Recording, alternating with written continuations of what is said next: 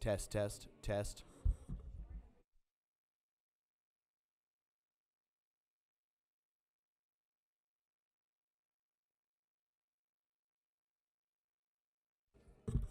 This is a test.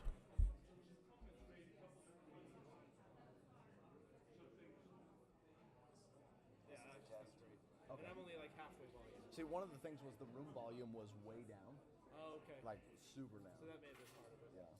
Okay, I'm only like halfway volume. See, one of the things was the room volume was.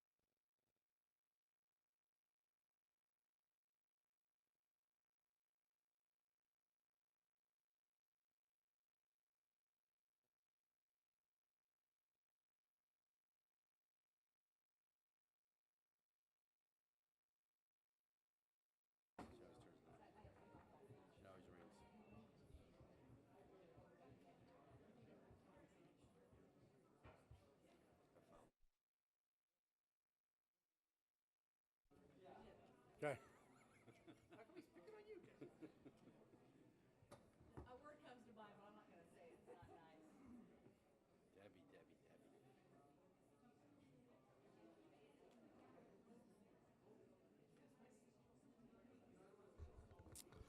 We would like to welcome everyone out to our City Council meeting this evening and would like to call this meeting to order. We will begin with an invocation by Jill Barrick, after which Pledge of Allegiance by John Barrick.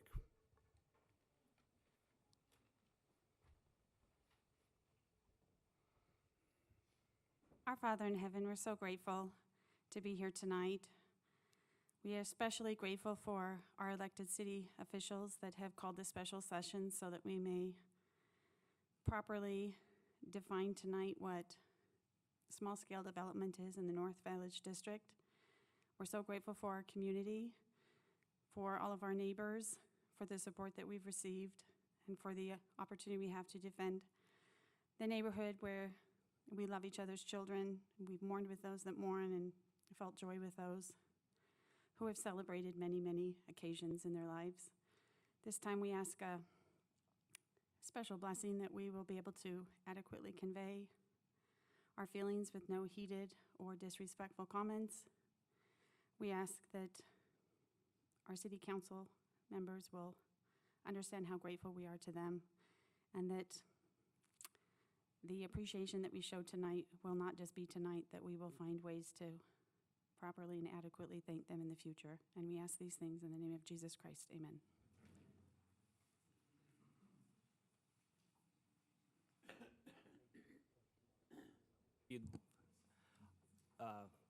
I guess, attention. So Right. please rise for the Pledge of Allegiance and repeat after me. I pledge allegiance to the flag of the United States of America and to the republic for which it stands, one nation, under God, indivisible, with liberty and justice for all. Thank you. Thank you, Jill, and thank you, John. We appreciate that. We're going to hear and go to our item, which is 4.1, a public hearing on an ordinance amending portions of Section 22-24-5F of the Orem City Code pertaining to overall height standards within the North Village District zones and portions of Section 22-24-5H pertaining to parking standards in the North Village District zones. And our presenter is Jason Bench, and we'll turn the time over to Jason. Thank you, Mayor, members of the council.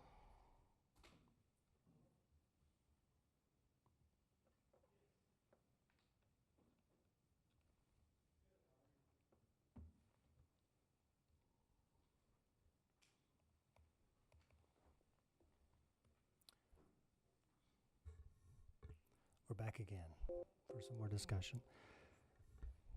So tonight, as we discussed a few weeks ago, it was a 60-foot requirement or proposal, right? The council asked us to go back to the Planning Commission and review a 35-48, 35 being in the edge, and B zones, 30 foot or 48, excuse me, being in the core. So we did take that back. So both applications are still pending. The council continued the 60-foot, so that one's still active. The 48-35 is now before you tonight. So both of those are able to be looked. Jason, you need nose P up there.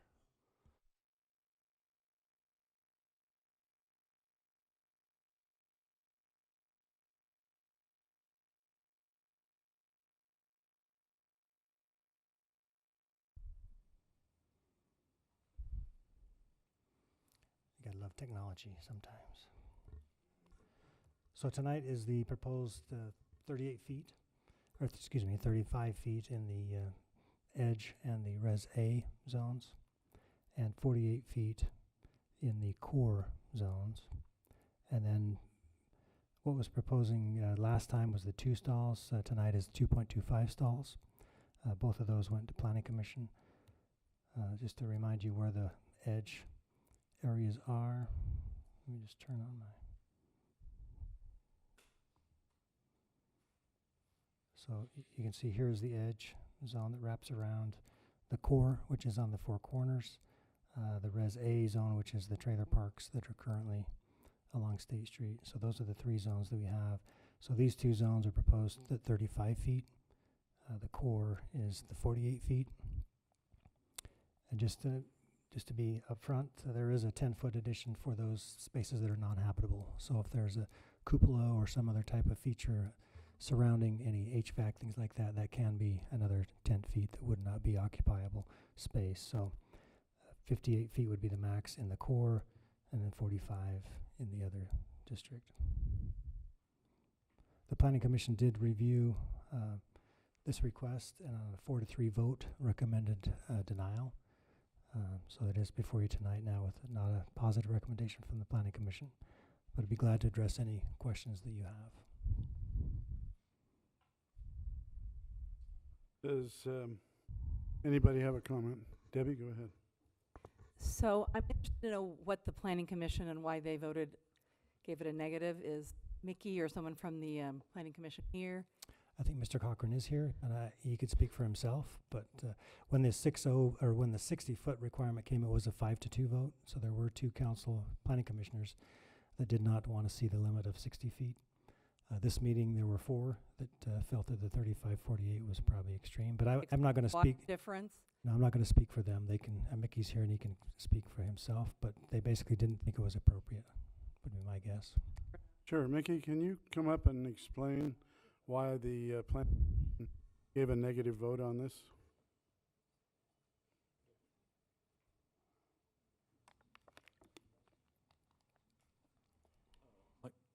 Name?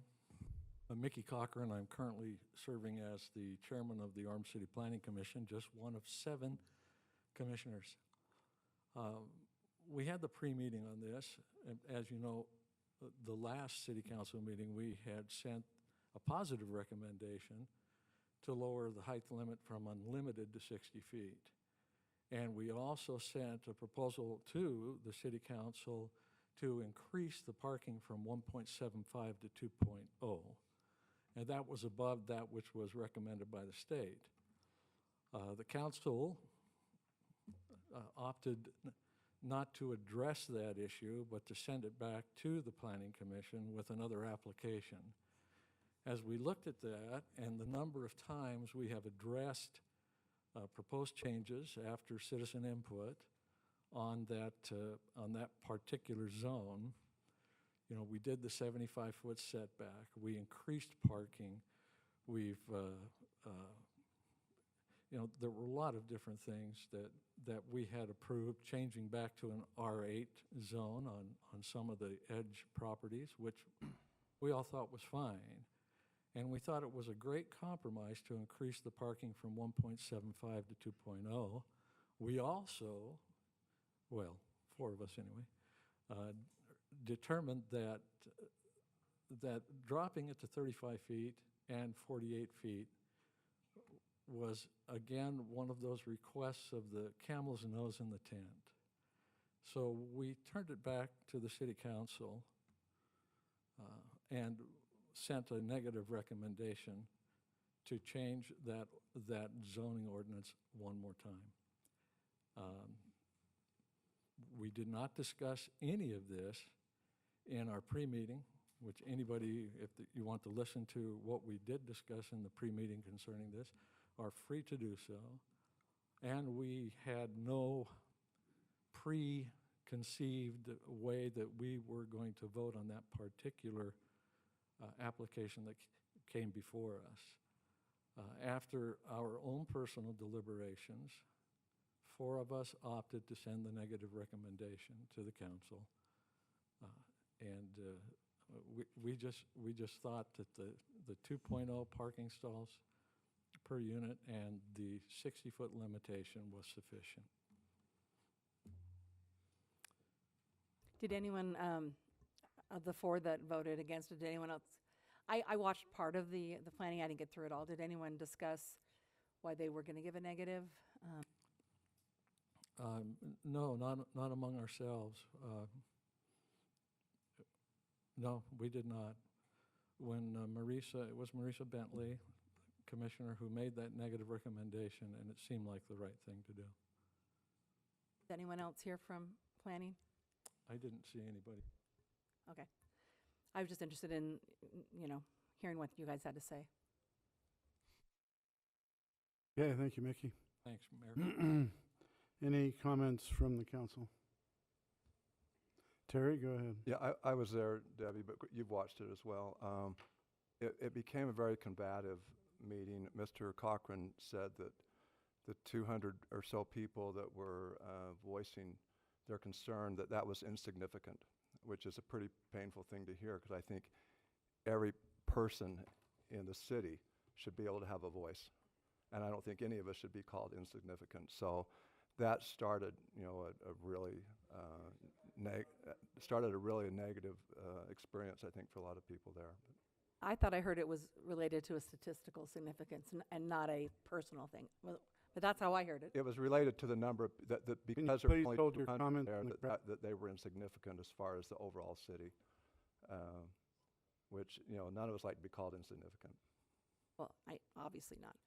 I don't think it was personal. Maybe I'm speaking, but I heard it was related to statistics, so. All right, any other comments?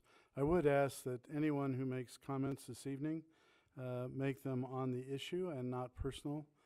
I would appreciate that there be no personal attacks, no clapping, no yelling, that we carry this forward in a proper manner. Any other comments from the council? So I have some concerns on the proposal.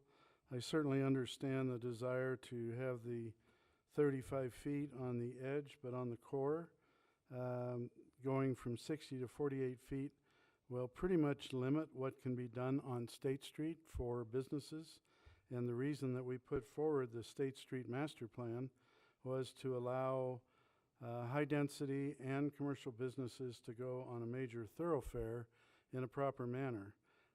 We've worked very hard as a council to protect our neighborhoods. We passed a law 2 years ago that we cannot change residential zones to high-density zones, which protects much of our neighborhood. We also have a moratorium from 7 years ago where we do not allow commercial zones to be changed to high-density zones along major thoroughfares. And it's important, I think, that we realize that we've tried to strategically put high-density in 5 zones along State Street so that, in fact, we can protect our neighborhoods. One example of that is the Jones home in the Cherry Creek area. Several years ago, the owner and a developer came and wanted to make that a high-density neighborhood. We, in fact, as a council, turned that down. We felt that the proposal was a good proposal, but in the wrong spot. The Planning Commission on that particular item voted 7-0 to approve it, and we voted, I don't remember, I think it was 6-1 to not approve it. With the idea being that that area should be kept residential lots instead of high density.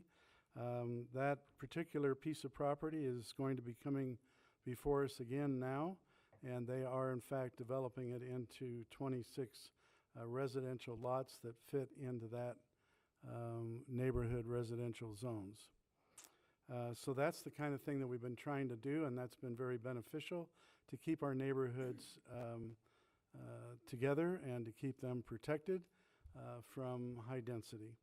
So, but in that category, we feel like that State Street is an area where high density should be allowed bordering on State Street, and in 5 zones.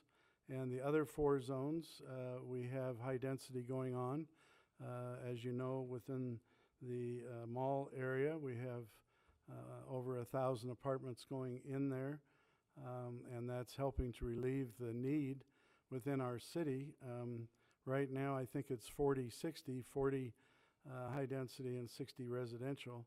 But we have quite a few people, young people, other people, retired people that need housing, and those are areas within the zones on State Street that they can in fact achieve that desire and find housing. By looking at this particular amendment, if in fact we change the edge to 35 feet and the core to 48 feet, that will limit any building on the core on State Street of any substantial high density. Now that may be something that people want, but again, you need to realize is if we don't allow areas for some high density to occur, the legislature will overrule us and start putting high density in other parts of our city in neighborhoods where we don't want it. So this is beneficial to actually look at this. I would prefer to see the core kept at 60 foot so that in fact the people there can build high density and mixed use. We do have, just so you know, on State Street, in the edge zone, we have the Osmond property, Osmond Designs. Osmond Designs is right on State Street.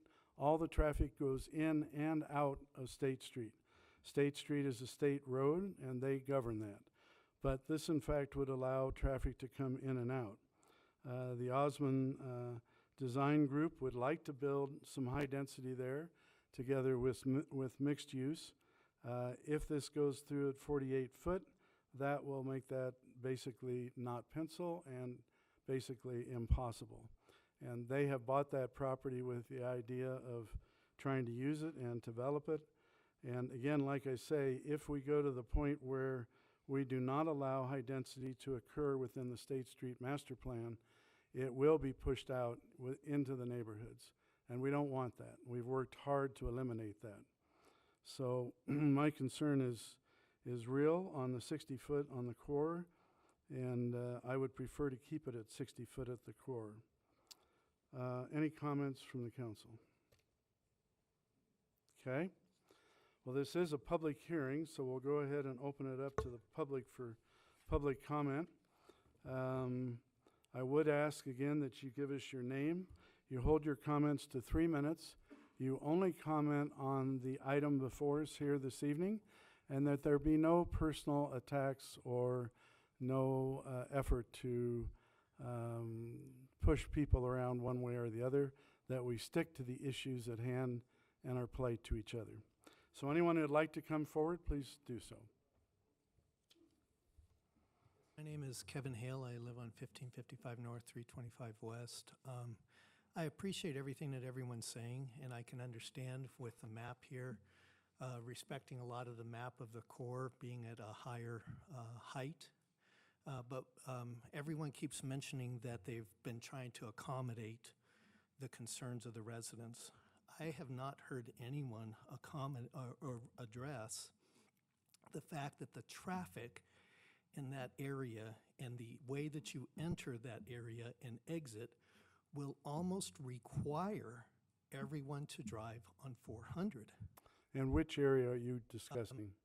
Where the Osmond property is currently at. That is on State Street. That's, You're saying the traffic there is going to go and pull in and out on 400 West instead of State Street?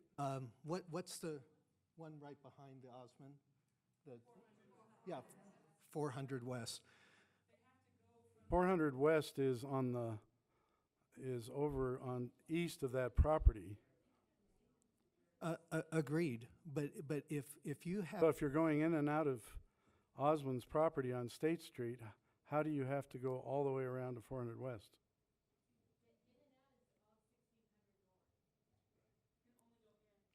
You can only go in. There's I believe there's no. You can go in and out of State Street.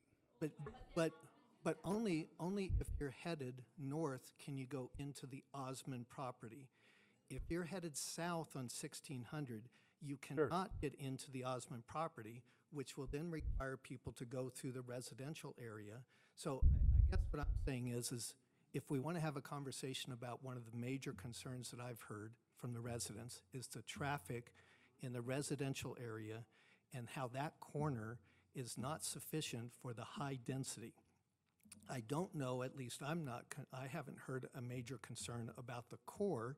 If you look at the rest of the area of the map, there's not a major residential area that's going to, that the high density will force people to go through residential.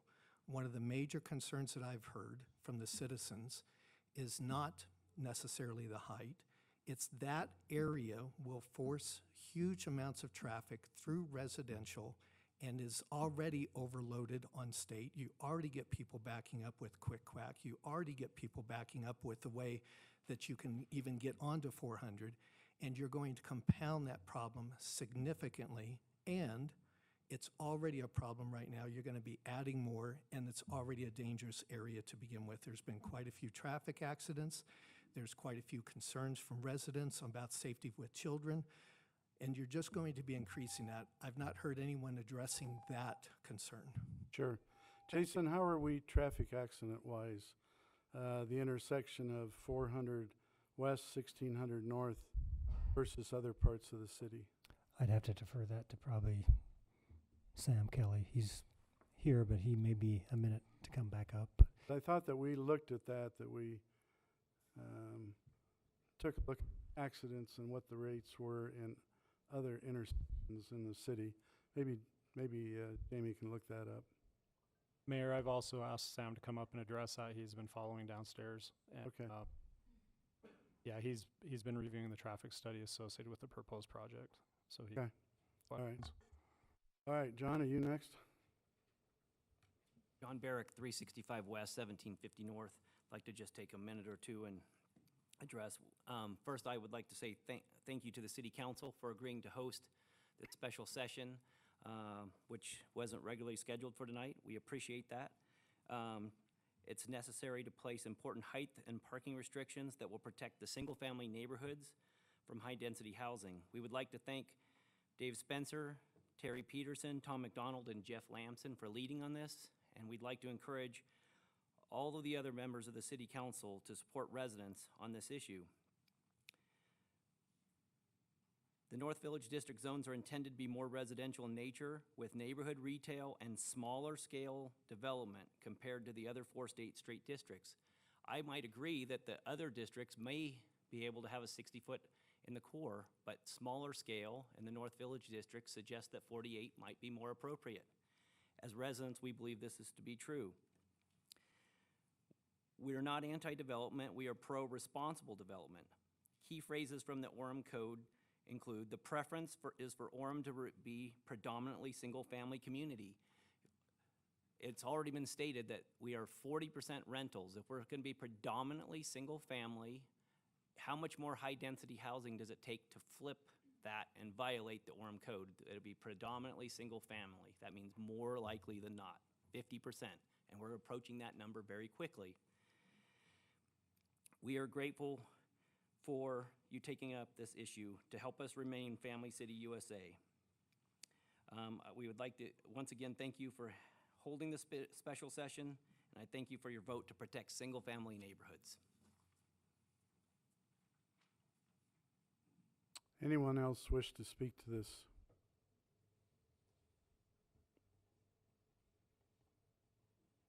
Hello, everyone. Thank you for hosting us tonight. We appreciate all your service to all of the Orem residents and our families. My name is Alice Gold. I live at 1885 North, 491 West. This project will not really significantly bother my house. My house is like 4 blocks north of where this is happening. However, I have been concerned about 400 West ever since we bought our house almost 5 years ago. We have had significant accidents on 400 and 1885 where all of our children have to cross the street to go to church and to the elementary school. I called the city engineer about that literally 2 years ago. And the reason I've become passionate about this development is because, like the gentleman was saying earlier, it will force more cars onto 400 that have already been there. And we're also getting the Temple development on 2000, so we're gonna be getting more traffic that way. And this is a real concern for our children in our area because they do cross that street all the time for church and school. So I just wanted to thank the City Council for listening to our concerns about that and for calling this session and for hopefully voting for resident safety tonight, for children safety especially. I'm a teacher, and when I heard that at your last meeting, our whole corridor was called statistically insignificant, as an English teacher, I've been thinking about that for 3 days because I hate math. And I understand that you all have to love math a lot more than I do. And we do care about the development of this city. We all have children that live here who will probably want to stay here. This is one of the most family-friendly cities in the whole country. It's a wonderful place to live, and we just want to keep it that way. We don't want to not have development. We understand we need to have more places for our children and their families to live, but we want to just do it in a safe way. And I think that these restrictions that are being put, that we are hoping for, which is 2.25, and the lower, not 60 foot, but the lower 40 or 35 to 40, will definitely help the traffic and the safety concerns in our area. I don't see why any place on State Street needs to go higher than 3 stories. This building is 3 stories. It's on the major crux of the entire city. And we want to put a 6-story right there by a bunch of homes. It just doesn't make any sense. So thank you for listening to our concerns, really, from the bottom of my heart. I appreciate all the work you do, and I hope that this will turn out the way that will keep the most citizens safe.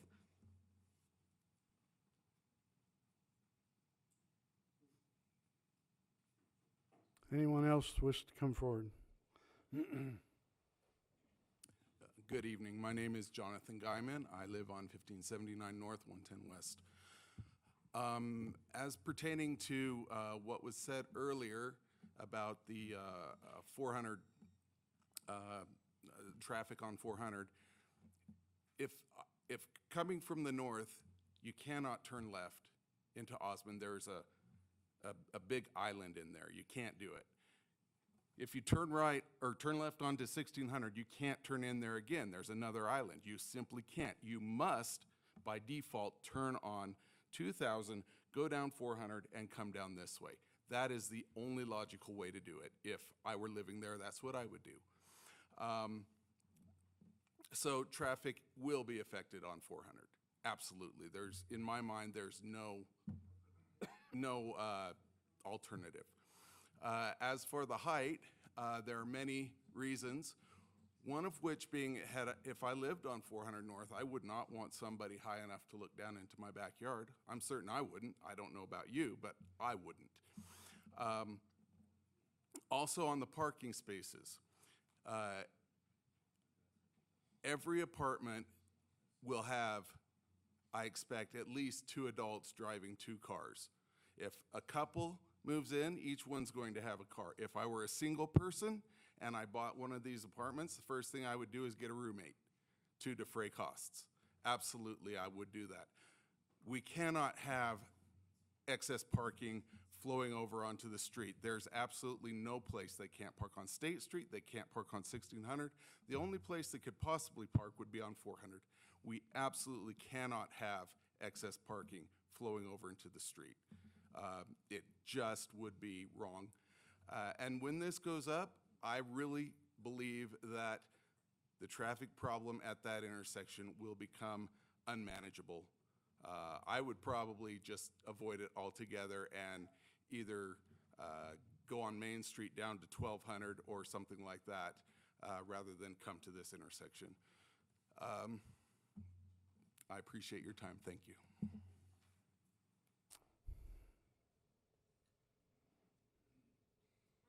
Hale. I live on 1115 West, 1130 North. I just became aware of this issue just a few days ago, and so I don't understand what's going on at all because I don't understand where things are happening with traffic. It just does not make any sense. So obviously I've missed a lot of planning commission things, and so I need to do more research on how this would work, but I don't understand. Like that man before said, all these barriers and things. So I guess I can't ask a question here to get it answered, but hopefully somewhere I can get the answer to understand this because I don't understand it. So that's all my comment is. Thank you.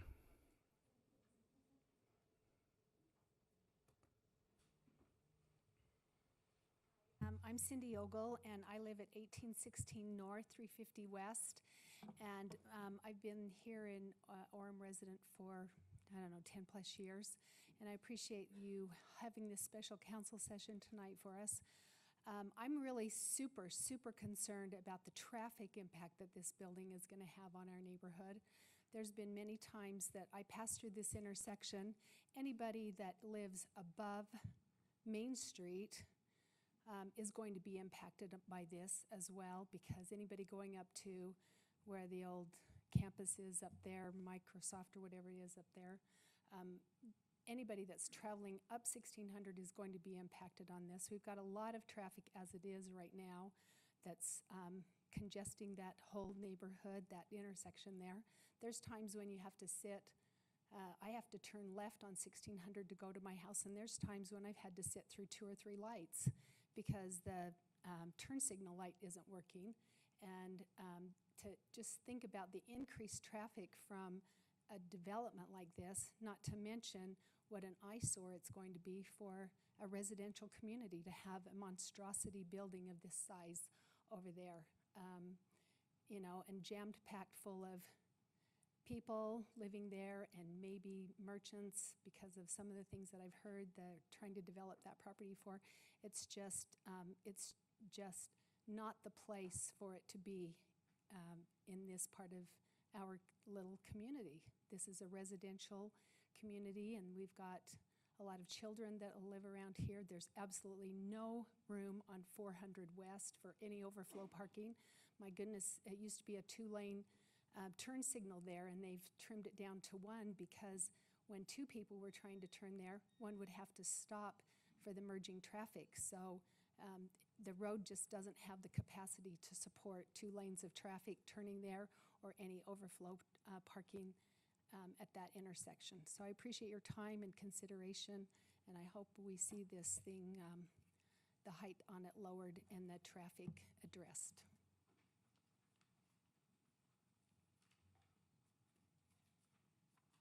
I'm Jill Barrick. I live at 365 West, 1750 North. Orem City Code states, standards are necessary to protect residents from the harmful effects of excessive noise, population density, and traffic congestion. We got to hear a person from SWONA, from Southwest Orem, talk about what those developments have done to their neighborhoods. And it also goes on to say, City Code, strict standards require developments to fit in with the surrounding neighborhoods. Tonight's the night that we need to define what strict standards are. We need to define what fits in our neighborhood, and a 6-story building does not fit in our neighborhood. Excessive cars and noise from high-density housing also do not belong in our neighborhood. So please make the right choice. It's time to get rid of the vaguity and write the parameters of exactly what our neighborhood should be tonight. Thank you. Okay, please hold your applause. Go ahead. My name is Will Frieden, and I live at 340 West, 1890 North. I'm not directly impacted by the developments as I live a little bit further north, but I've lived in the neighborhood for 40 years, and I've seen what's happened over time. And the thing that really disturbs me from my judgment is that this is supposed to be a State Street development, and yet the building is set back far enough that it's almost a 400 West development. So if you're looking at raising this up to 60 feet or 5 stories or 6 stories, whatever it may be, you're imposing a little bit of angst, I guess, in the residential community. So that would be my objection to the standard that's being set at 60. I would think that it would be more realistic at 48 for that section of property on 1600 North to the Osmond studio. Thank you. Who would like to speak next?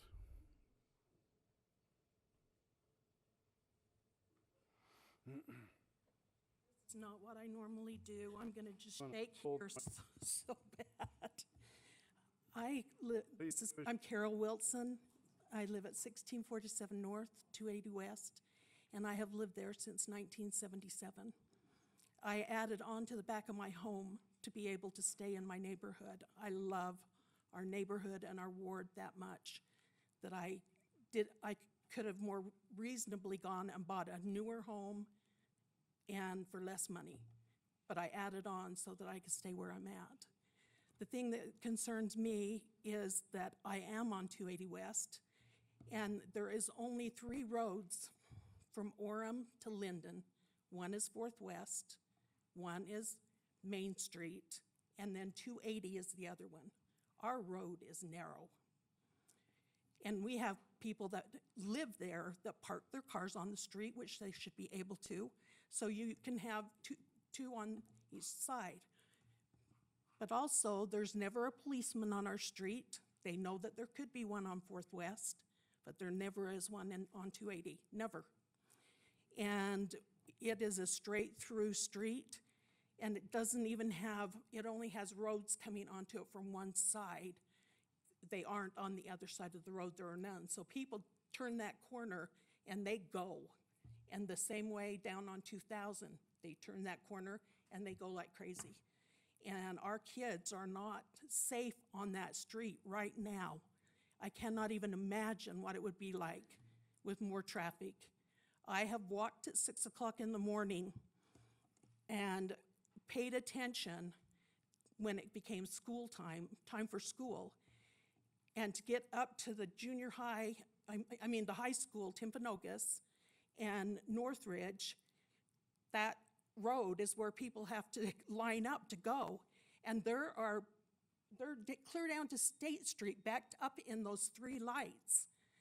And that is ridiculous to think that more people are going to have to get onto 1600 North in the mornings to get their kids to school, and there's teenagers that drive their cars to school.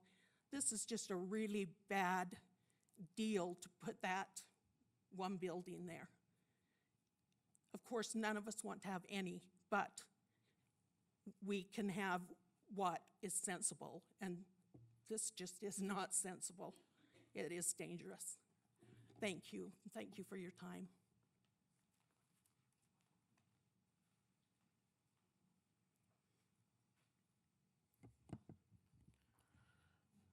My name is Steve LaFranca. I live on 441 West, 1950 North, and have watched, I worked in the tech industry for the better part of 30 years and have commuted along 1600 North now for at least the last 25 years at various companies at the WordPerfect campus.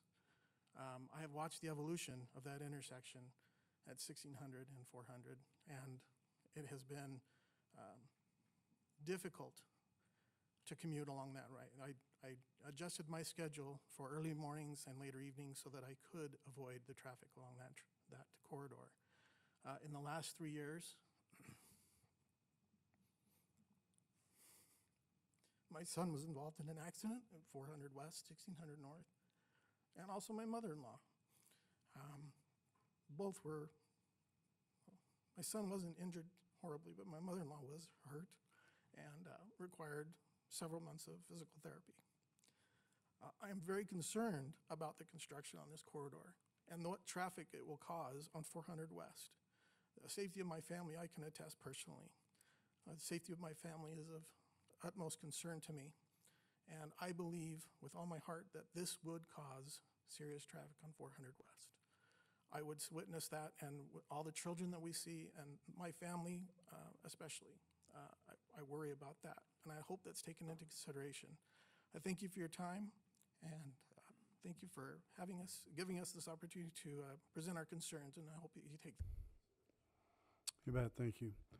Who would like to speak next?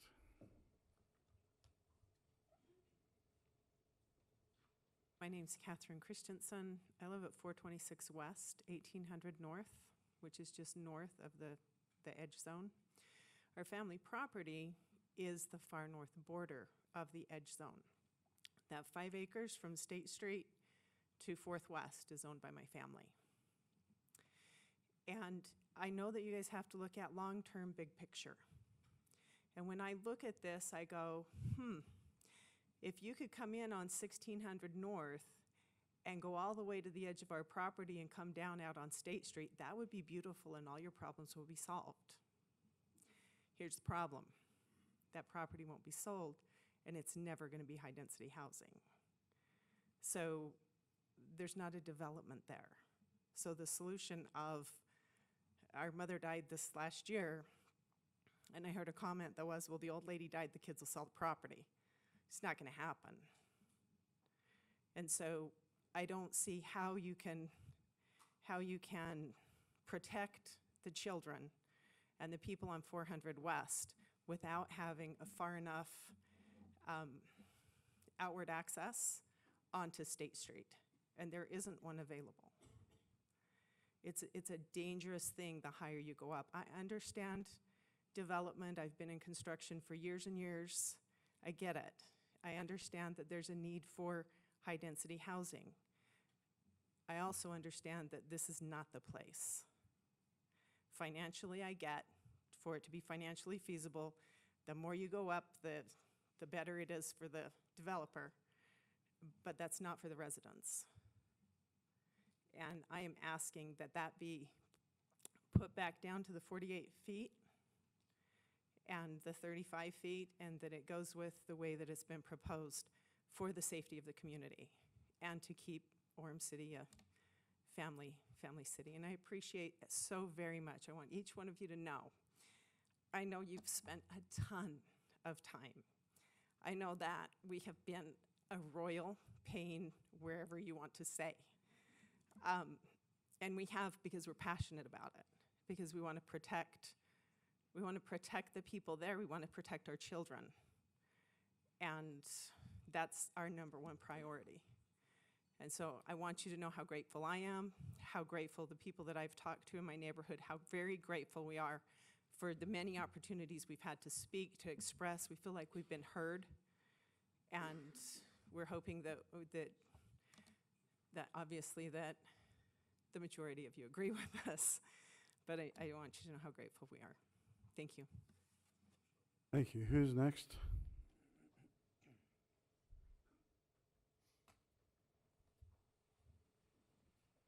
Stephanie Visnow, 399 West, 1560 North.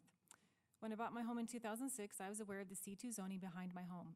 Alpine Credit Union, a pre-2018 45-foot commercial building, looks over my backyard and into my bedroom window.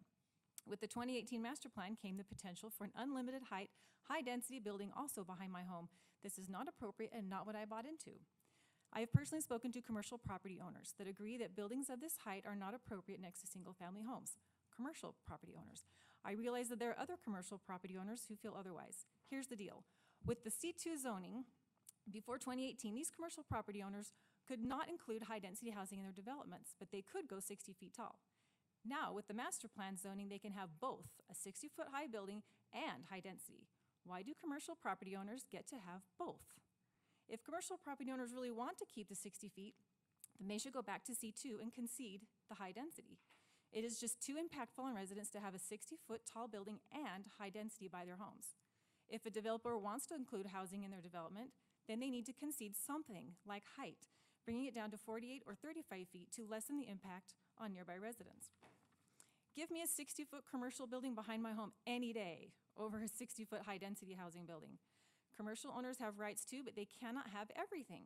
A 48-foot height maximum still allows for a 14-foot commercial story and 3 additional residential stories on top.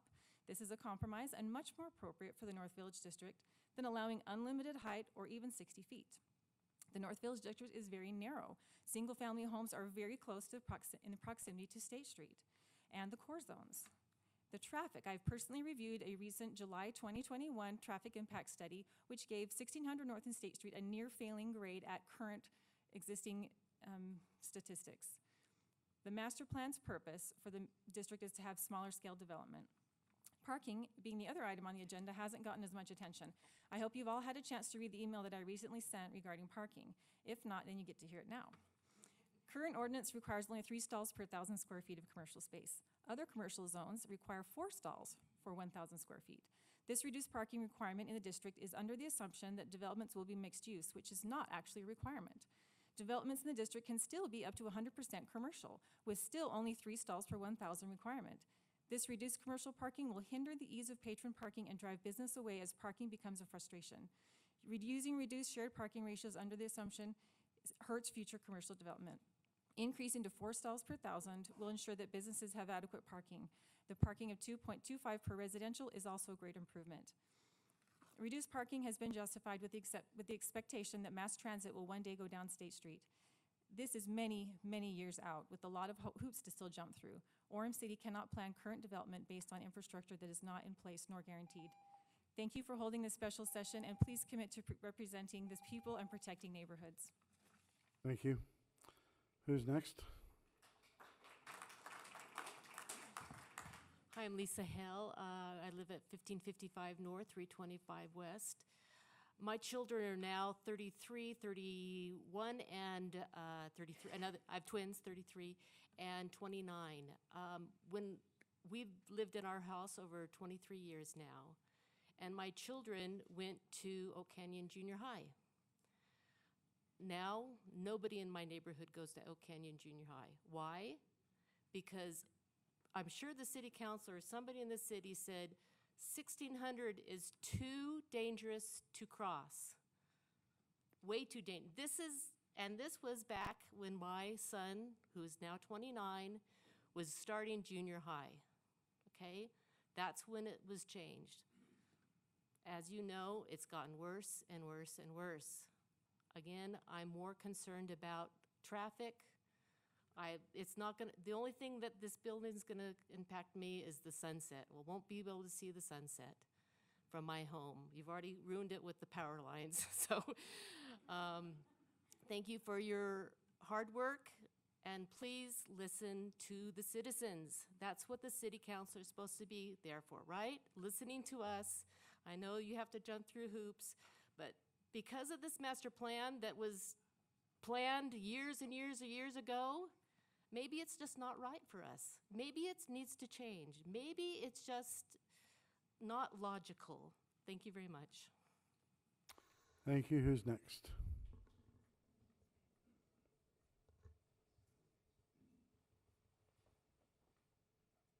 Millet, 288 West, 1500 North.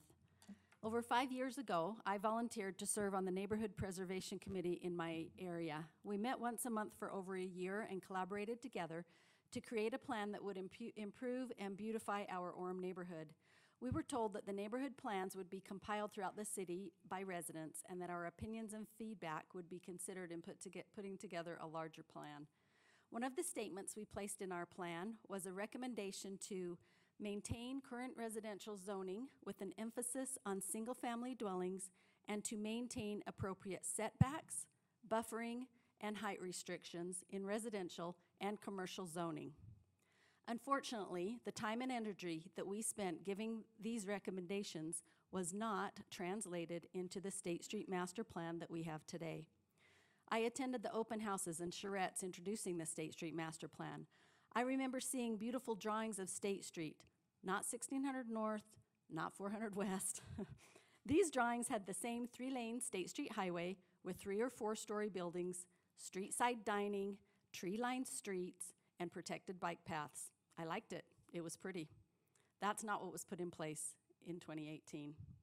The stated purpose of the North Village District was that it would be more residential in nature with neighborhood retail and smaller scale development. That is what we expected. I was engaged in this process. I agreed with what was being shown to me. That is not what happened. There were no unlimited heights even talked about back then, I'm sorry. Our neighborhoods, Windsor, Northridge, Heather Ridge, have spent the last 9 months working and communicating with you all and with the city staff in an effort to get this right, to get the zoning in the North Village District to align with its purpose. Thank you for calling this special session, and thank you for working with us to get this right. We truly appreciate it. We look forward to your vote to limit height in the North Village core to 48 feet and in the edge zone to 35 feet. This will provide the needed buffer for the homes, and it will help us to preserve our neighborhoods. Regarding parking, everyone, I repeat, everyone, even people who live in apartments, everyone has a right to be able to park near their home. Increasing the mixed-use shared commercial to 4 per 1,000 and requiring 2.25 parking stalls per unit will help to facilitate that. We hope you will vote in the affirmative for that tonight. Those who live in apartments should be able to park their car next to their homes. We ask that you stand with us and that you help us preserve and protect our neighborhoods. Thank you for your service. Truly, truly thank you. Appreciate it. Thank you. Who wants to speak next? Anyone want to speak next?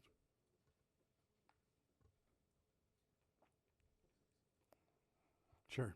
Next to Jason.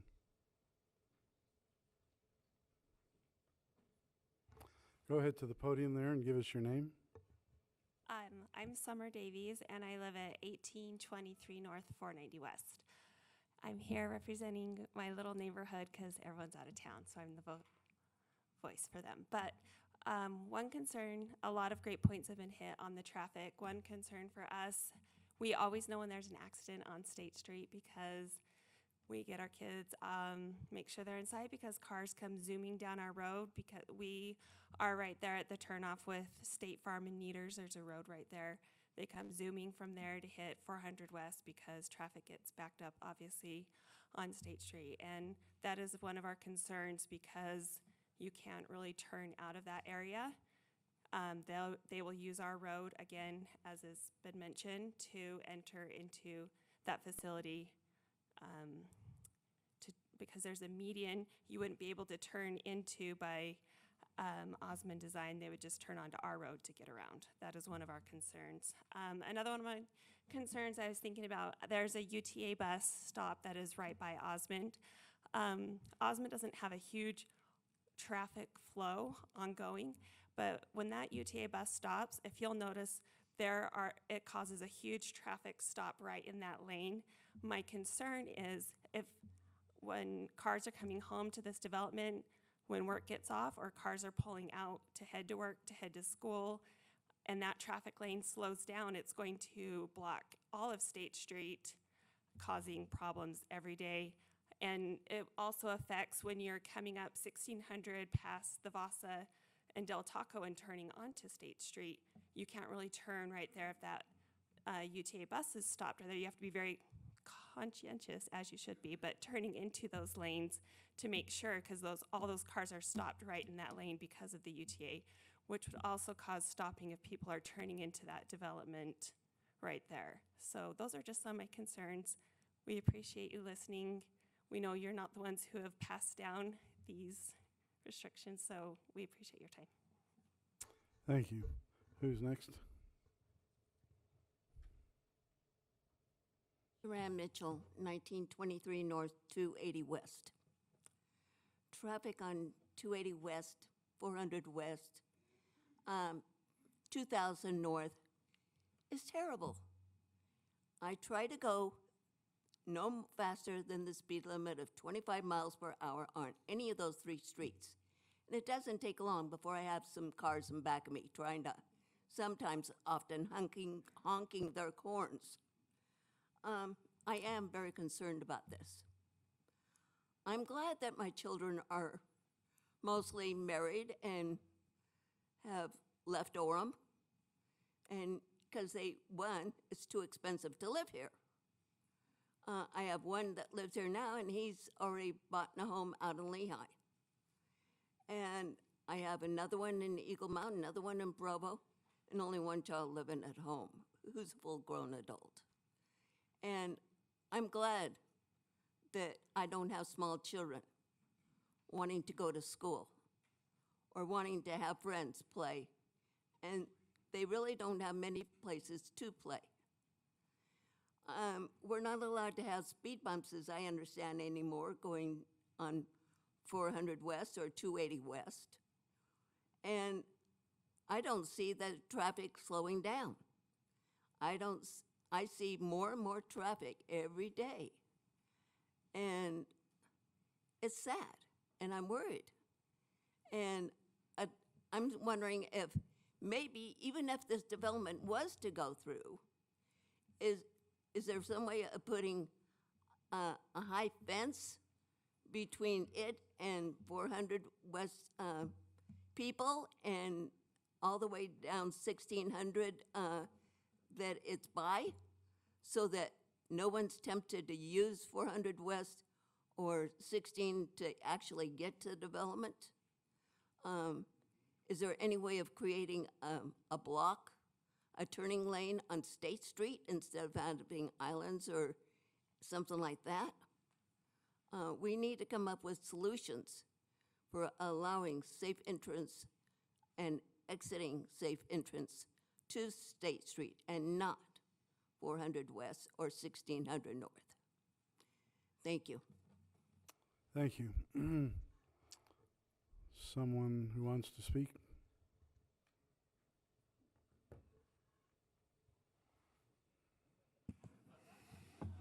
Sorry. I'm Wayne Barney. I live on 1949 North on Rivenwood Road. I know many of you personally. I've sat alongside the field coaching your kids in sports, and Orem is a great place to live. I want to express my humble gratitude for you guys being here tonight and hearing the concerns of the citizens. I appreciate a number of things that have been said, and some very well-spoken people have spoke to you openly, honestly, and sincerely tonight. A couple of things. First off, this is not a State Street development. There is not a piece of gravel on this development that touches State Street, without question. Secondly, parking, 1.75. Am I going to rock, paper, scissors you for the 0.75? And do I win this week and you start park on the street next week? It does not happen. Right now, I drive down, we've been here since 1983, my wife Laurel and I, 1993. I can probably name you the cars that park on 400 West right now, and there are very few. Without question, there will be cars that park on those streets. There will be children that cross those streets. We've had a child killed because they crossed between two cars on 2000 and were run over, even by a person that was obeying all the laws and going the speed limit. The other thing too is I appreciate the height limit, but I don't know that it's going to reduce the pressure as far as the parking on the street in any way, shape, or form. I know the landowner's trying to do their best, and I appreciate that as well, but this is not the place for it. Mayor Bruntz brought up another point too. Osmond also wants to do high density just north of this in the future. I've seen the plans in the master plan. That is kicking the can down the road. And eventually you're going to have this exact same problem with, I don't know, 400 or 500 more people who will eventually park on 400 West, because there is zero parking on State Street. There is zero parking on 1600 North. And you can only get into this development, not on State Street in any way, shape, or form. I appreciate that Summer brought up so well the problem of the UTA bus stops. I come up and down that street every single day, and if you're not watching, you're going to get stuck in the middle of 1600 North and State Street if that bus is there, and it's there every single day on a regular route, and it happens all the time. There are wrecks there all the time from people not paying attention, and they rear end each other. Please do what's right. Listen to your neighbors. Listen to those that voted you here to be the people's voice, and please put these restrictions in place or altogether eliminate this, because Osmond will just make it worse in the next few years. Thank you. Thank you. Please hold your applause. I'm Brett Seal. One of the comments that was made at the last council meeting is you guys should have paid attention to where you built or where you moved in and known you were next to commercial. And that took me off guard because I've been here for 42 years, and that whole area was Marano lumber with the Sounds Easy Pizza next to it. Then it was Anderson lumber, and then it was Stock lumber with the 7-Eleven car wash on the corner that we'd go and get gas from and get Slurpees from. So it's always been that height, and that these last couple weeks that I've driven down State Street, the tallest building right now is the Midtown 360 at 7 stories. And so as far as setting a precedence for what the rest of State Street is going to be, you know, having these 7-story buildings all the way down is not what any of us are used to. Now, the development is good, but again, those lower height restrictions need to be put into place, and how it was passed unlimited when this master plan was put in place is surprising to me, given what we've all grown up with in this valley and what we're used to, and I think we can do it more responsibly. So, thank you. Thank you. Anyone else coming forward?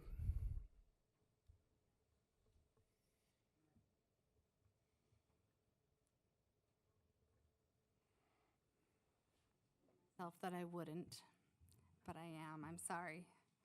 My name is Lillian Simmons at 1717 North, 320 West.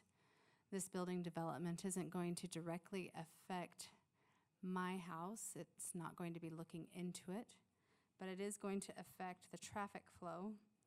Now, I am, like I said in the last one, I lived in Cambria, which is in Pleasant Grove.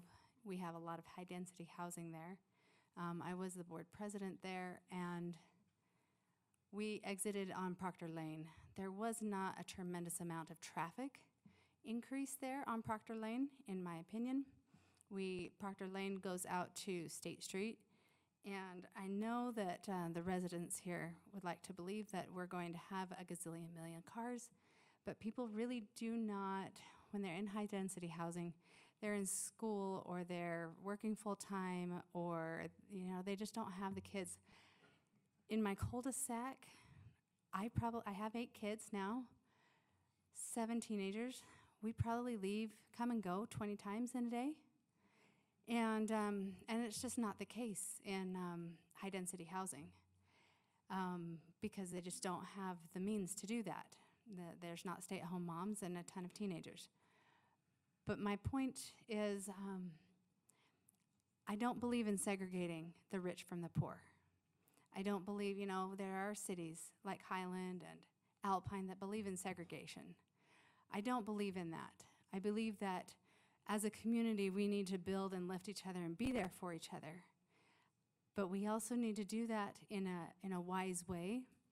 So how can we mix in the high-density housing with residents who are there to lift their neighbors up, to teach them a better way? It's going to help with crime rates. It's going to help with, I was a single mother for almost 10 years, and I had to raise 4 children by myself, and it was the community that helped me do that. I wouldn't have been able to raise my 4 children without that community base, and I couldn't have done that without the residents that were solid in the community. So in my opinion, we need to look at it as a whole. Also, do we have structure or plans in place to do something about 1600? Are we going to be widening it? In Arizona, where I was born and raised, and I lived there for 35 years, they made master plans where they would tear out houses, a strip of houses, and build a freeway. That caused a lot of problems. So what is our long-term plan for this 1600 development? Are these thank you. Thank you.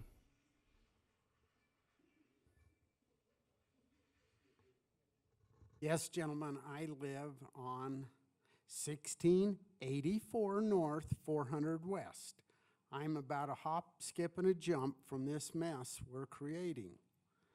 I got up this morning at 7:30, went to get my Diet Coke, pulled down to the road, could see from our house on 400 West, through Linden, into Pleasant Grove, right where it goes up onto the hump. Steady cars. Took me 5 minutes to get out on 400 West. So I went over, went down, crossed State Street, had to wait there for 2 lights, got across State Street, went and got my drink. I thought I'll go over and up 200, or 2,000, I'm sorry. Went up 2,000, got to 400 West. There was a traffic deal put up there by Orem City to see how fast the cars are going. I slowed down to 25 miles an hour, got past 4 times before I could get to my house. Now you're creating a traffic problem that is gonna be ridiculous. In the evening, it's a reverse. You guys are destroying our life. You can't keep doing this. You can't. You want to put it downtown, put it downtown. But what is 1.5 units parking spots per house or per, there's no way. Who do you know, husband and wife, that have jobs that have 1.5 houses, cars? Can you name one? You guys all have kids, grown kids, right? How many cars do they have in that household? How many old people only have 1 car? This whole thing is turning into a nightmare. The problem is going to be we can't reverse this nightmare. Understand? I mean, has anybody got a question for me that would make any sense, or give me an explanation on how we're going to fix this? Anybody got an answer? I appreciate it. I went there this morning when I was going to tell you when I come by, and I seen that big sign that Orem City put out that said 25 miles an hour. Like I said, when I slowed down to meet that, I got passed 4 times. How come Orem City isn't putting up? You'll have to end. Can you give? That's enough, I think. Can you give us your name, please? Greg Jacobson. Thank you. I'm 4 doors in on that side. Got it. Visit anytime. Got it. Thank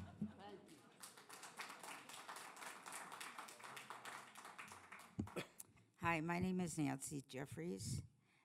I live at 1691 North, 50 East, just across the addition to the Northridge Elementary School. I've lived out here 43 years. We moved out here when 1600 North had barely been paved, and the street up to our house was still a dirt road. I am concerned about the traffic pattern. One child has been killed at least on 1600 North, and that boy was hit twice. He lived through the first one, and then a big truck got him the second time.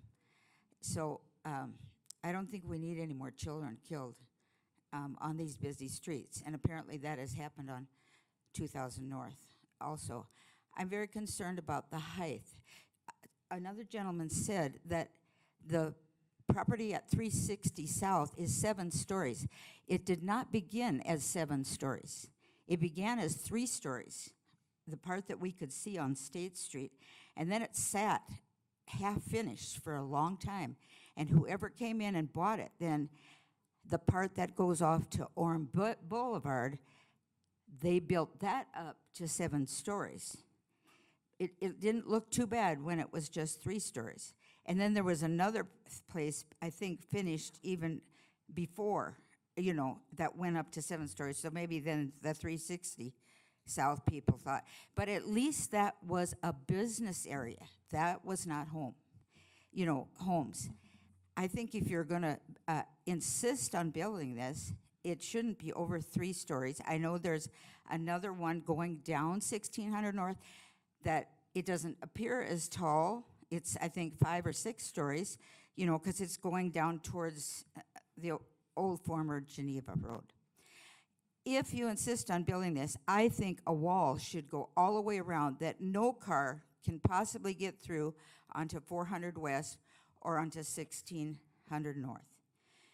That would be the only solution, that they just absolutely cannot do that. This, I don't understand the thinking of the, you know, the people who are in charge of this. Why, when there's almost nothing left in Orem to build on, why is it, why must we put high-density housing? Why don't you put some twin homes in there?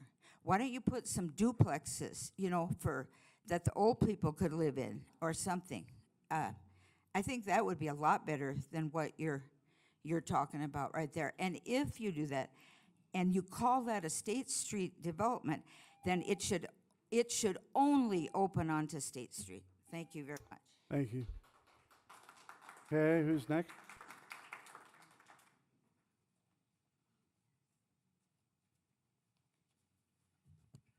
My name is Dave Young. I'm at 173 South Countryside Lane. So I'm not in this neighborhood, but I do have experience with having high density dropped on my neighborhood. All up and down Orem Boulevard, we've got high density that's been dropped in there the last few years. And it's made traffic so you basically cannot turn left coming out of Orem Boulevard unless you want to take your life in your hands. You've got to turn right. They've talked a lot tonight about the traffic on 400 West and how it's a problem. People have talked about all kinds of reasons it's a problem. So the question is, if it's a problem, is the conversation really about going from 60 to 48 feet? I mean, is that going to fix the problem? Or is that just a change of conversation? The real question, I think, is does any high density at this location make sense based on the traffic issues? It seems obvious to me, based on what's happened in my neighborhood, that the master plan is wrong. And the reason I say it's wrong is because if you have a situation where residents' values are going down and developers' values are going up, that's not equal. The right master plan would have residents' values going up and developers' values going up. If you can make that happen, you've got something that makes sense. And it's very obvious to me, being at this meeting, that these people are statistically significant, and you've got to listen to them. So listen. Thanks. Thank you. Who would like to speak next?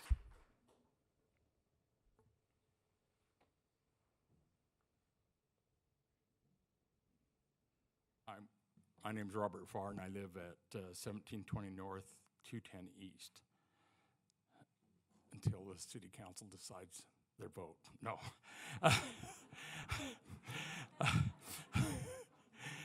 I'm going to be like Debbie. She lived in our neighborhood, and then she moved south a little bit. But anyway, she's still in Orem, so I would appreciate that. Oh, when my wife's in a bad mood. I've heard some of our council members express where was everyone's voice when the new commercial zoning was proposed.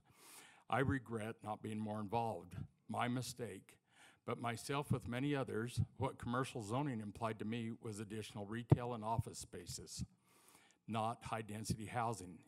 Even tonight, I've heard the term from members of the council use the word commercial businesses, which still implies the term that was used. Businesses, to me, is not high-density housing.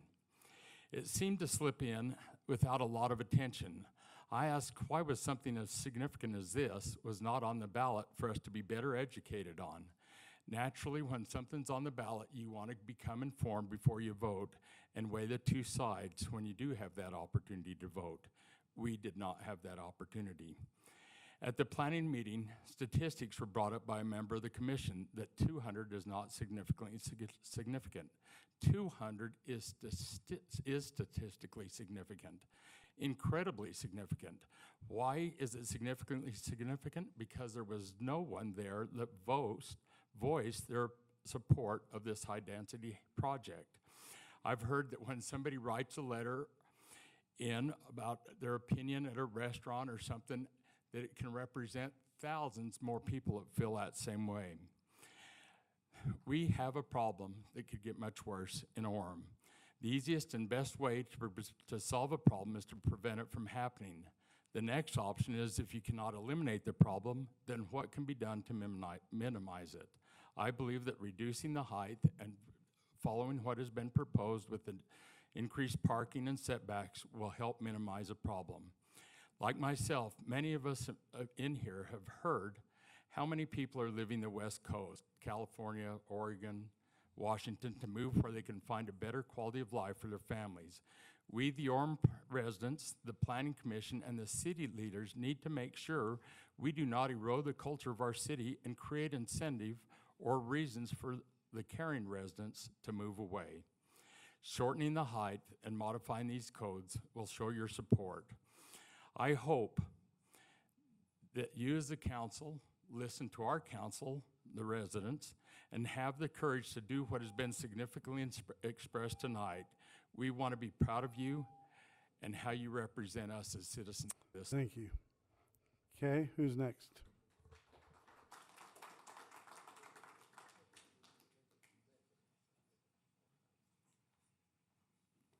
My name is Dale Pomeroy. I live at 1725 North, 240 West. I am a recluse, but I'm here tonight to voice my opposition on two items. One, you stated that you had looked at the 400 West, 1600 North. I drive it almost every day, sometimes 2 or 3 times a day. And I'm telling you, that one block scares me as much as driving in downtown Berlin, Germany, where I lived for 8 years. The people cut from the right lane after making a right-hand turn or coming across on 1600 North and jam in to the through lane in order to get to that left lane. It is such a short space. I object to it on that. Number two, this is something I know you can't do anything about, but I know that Orem uses artesian water.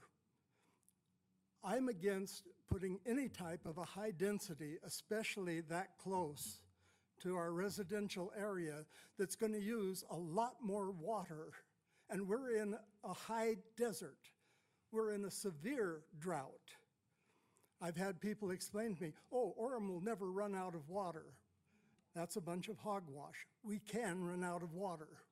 Thank you. Thank you. Anyone else wish to speak?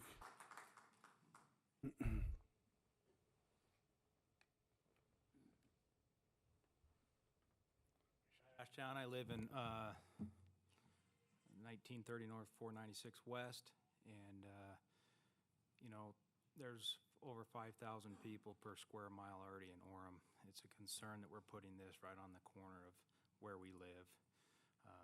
Also, Haysam Sakar, he lived on 400, and I'd like to invite him to come up and talk about this because it's concerning that the traffic is going to go down 400 West. Haysam.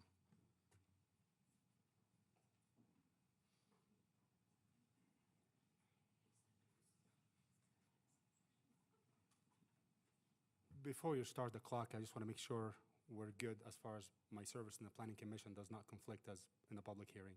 We're good? Okay, so we've been through this once.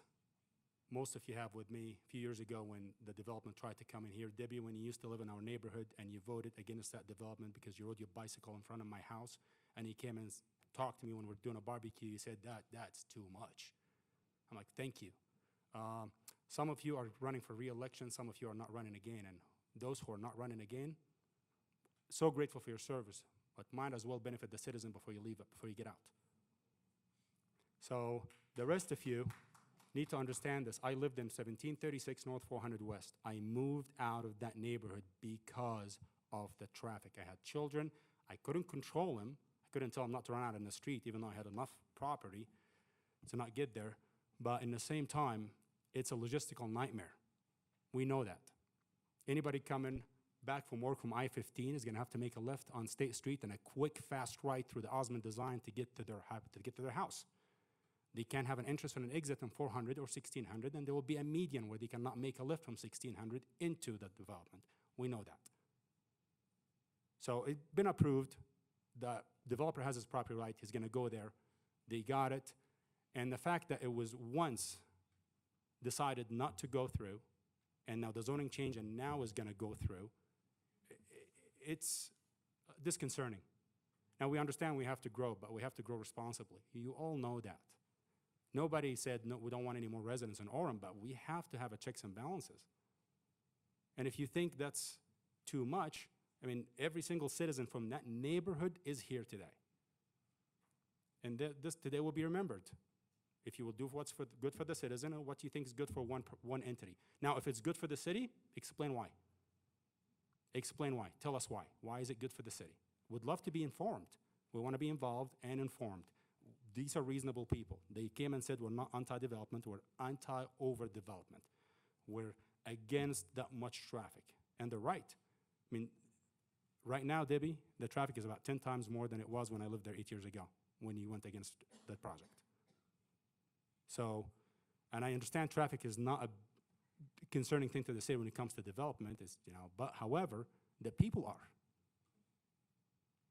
The people are a big concern. These are your people. These are the people that voted you in. These are the people that love you. So if you want to be pragmatic about the traffic, let's look. I want to see how many accidents the officer's going to help clean up when those people make a left from 1600 North to State Street and cut out through 3 lanes to go through Osmond Design. Would love to see the statistic, because that will happen. And then we'll make a decision on how many more we're going to put around there. Thank you. Thank you. Anyone else wish to speak?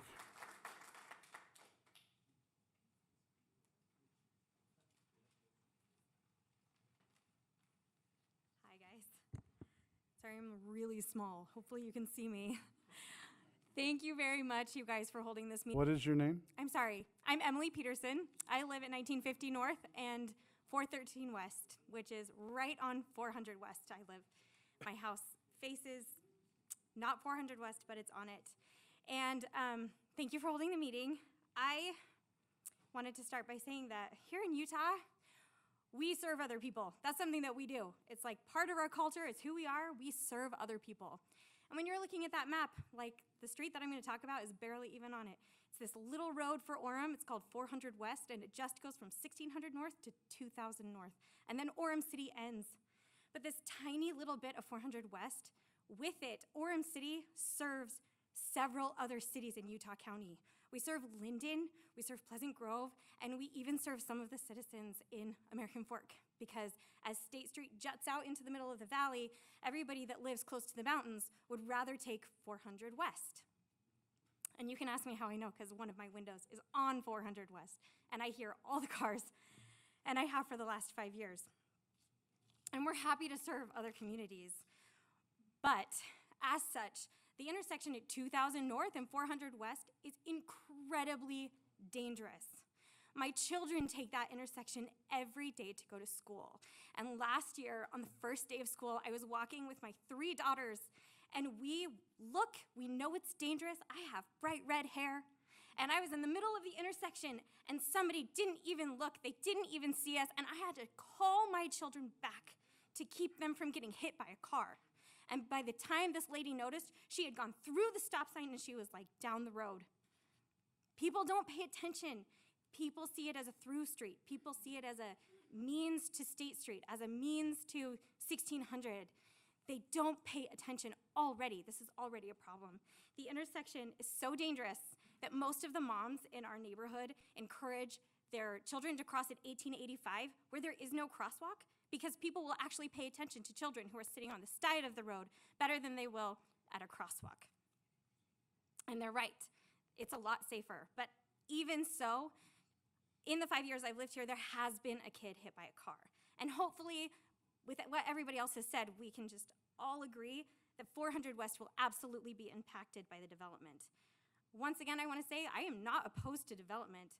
I am all for it. I just want to do it responsibly. I've lived in communities where it was expanded irresponsibly and traffic became an absolute nightmare. So I moved to Orem. So please don't do that to my house here in Orem. Thank you very much for your time, guys. Thank you. Okay. Hi, my name is Jody Chowan, and I live at 1933 North, 460 West. I'm Emily's neighbor. And I don't actually have a lot of expertise here tonight. I didn't grow up in Orem. I moved here 6 years ago, so I can't speak to what it has always been. I guess my only expertise is that I use 400 West and 1600 North in my commute to BYU every day. And I'm an avid walker, and so I'm on it for those reasons. But aside from that, I can't speak to a lot of the other issues that have been raised. What I wanted to share with you today is this process, which I'm really grateful for. And my husband and I have participated in processes like this in 2 other states.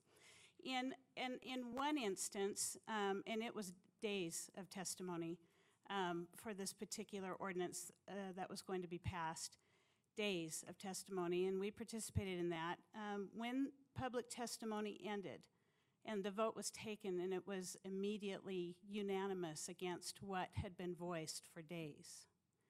And it was very clear to us in that moment that the fix was in. The fix was in before all the public testimony was taken. And one of the reasons why, one of the things that we've loved about living here is that it doesn't feel like business happens that way here. And so my testimony, I guess my plea to you is there's been a lot of objection, and I, like so many, will also voice, I have adult children who are trying to make their first purchases. I understand the need for housing options, rents, everything, I get it. But there seems to be enough about the way this particular development has come together that it needs to be rethought. And so my request is that you hear and consider and know that we're watching and frankly praying that the right thing will happen. Thank you. Thank you. Who's next? Ken Hohen. I live at 238 West, 1950 North. I don't want to be redundant. I would just like to echo the same sentiments of many of the speakers that have come before me. Let's be responsible. We have finite space left in Orem. We're nearly built out. For the record, I don't think anyone's gotten up here tonight voicing that they want this. Please put in height limitations. Please up the parking. Let's do responsible development. By profession, I am in the construction industry. I am the one that sells these materials. I stand to make money doing this, but let's put limitations on this. Please do the right thing. Thank you for your time. Thank you. Anyone else wanting to come forward?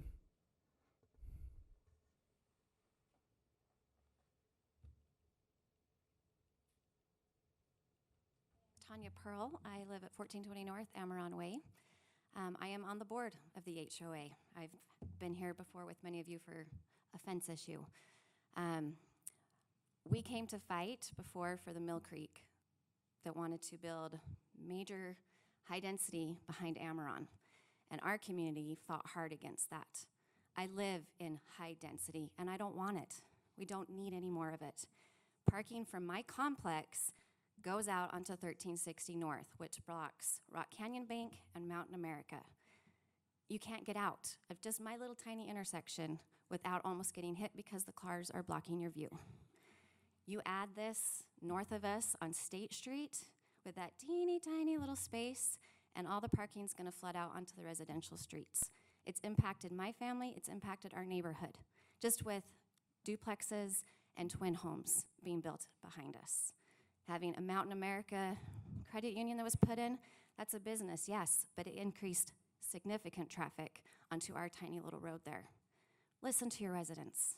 Respect us. We voted you in. We do not want this. But if we have to compromise, lower it down, and give the 2 parking stalls so that we can eliminate the parking that needs to be put in residential areas. Thank you. Thank you. Anyone else wishing to make a comment?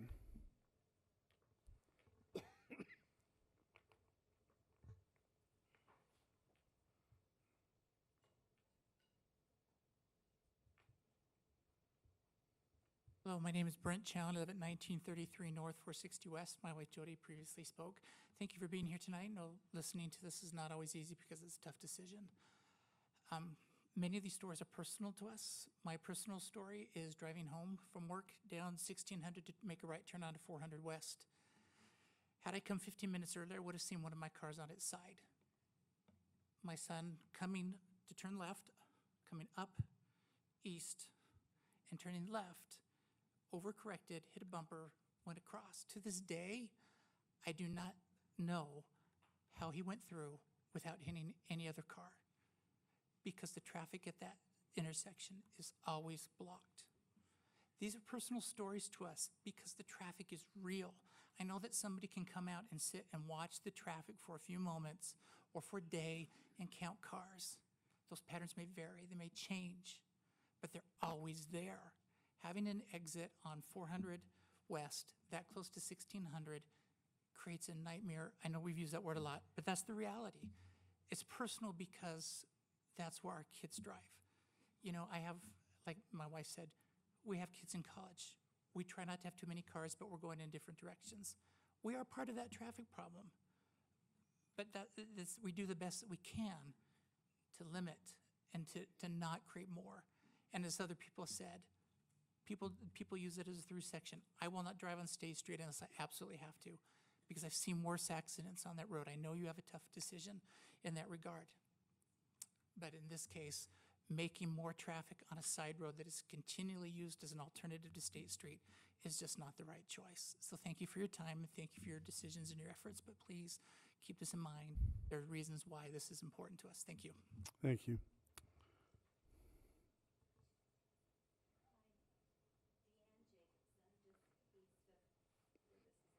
You want to pull your microphone down? Just east, across from this proposed development.